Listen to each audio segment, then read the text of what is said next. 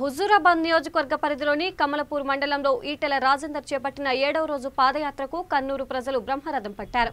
ఈ సందర్భంగా కన్నూరులో ఏర్పాటు చేసిన సభలో మాజీ మంత్రి ఈటెల రాజేందర్ మాట్లాడుతూ టీఆర్ఎస్ పార్టీలో జరిగిన సంఘటనలు, అవమానాలను వివరించి చెప్పారు.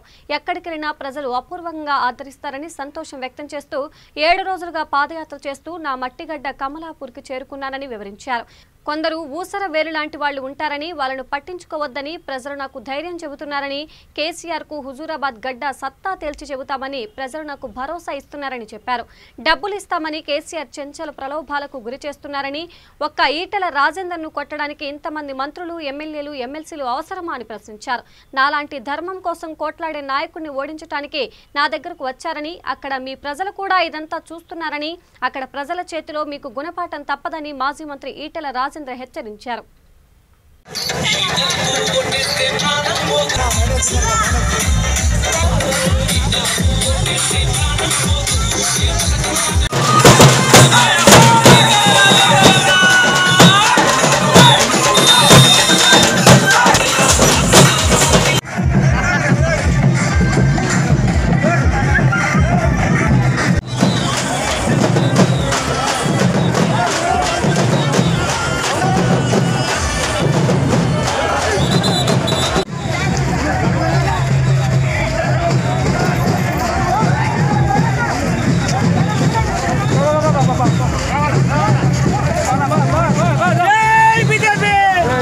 ఆయన ఒళ్ళు వంచి పనిచేసిండు.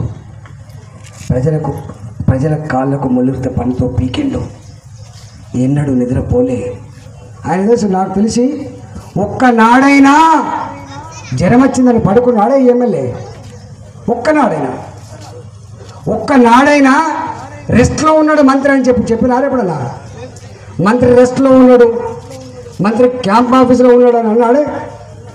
ఆయన తెలియాలి. వాళ్ళు ఏమనేదంటే డ్రైవర్లు మారుతాండ్రు, గన్మెన్లు మారుతాండ్రు, నువ్వు వారం రోజులు ఉంటే మేము కూడా ఆగమైపోతాను, నువ్వు మాత్రం నడుతూనే ఉన్నామని చెప్పేటోడు కే సంపత్రావు, మా బీకే, మా సాంబరావు. అంటే ఒళ్ళు వంచి ఒక గంట కూడా వేస్ట్ చేయకుండా 5 గంటలో 6 గంటలో పడుకున్నప్పుడే తప్ప 360 రోజులు ఈ 18 సంవత్సరాలు రోజుకు 16 గంటలు పనిచేసిన వాడు ఎవడే? ఈటెల రాజేందర్ కాదా? మీరు నిరిపడేది కదా నాతో తిరుగుతున్నప్పుడు, నిరిపడేది నేను. ఇంకెన్ని రోజులు ఉంటాను, మీరు వెళ్ళిపోతే మనం పని చేసుకోవచ్చు అంటే.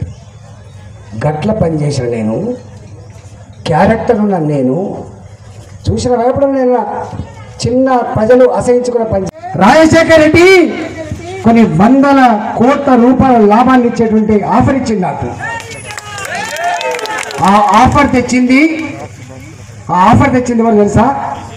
రత్నాకరరావు గారు, వారి కొడుకు. రత్నాకరరావు ధర్మం తప్పడు సుమా. రత్నాకరరావు గారి కొడుకు నరసింహరావు కేవీపీ రామచంద్ర గారిని తీసుకుపోయి నీకు ఇప్పిస్తుందా? ఎందుకు? నా రింగ్ రోడ్లో భూమి గుంజుకున్నప్పుడు నేను రాజశేఖర గారి పైసలు పోయినా, ఇది నా చెమట పైసలతో కొన్న భూమి అయ్యా, నేను ఎట్లా గుంజుకుంటావు?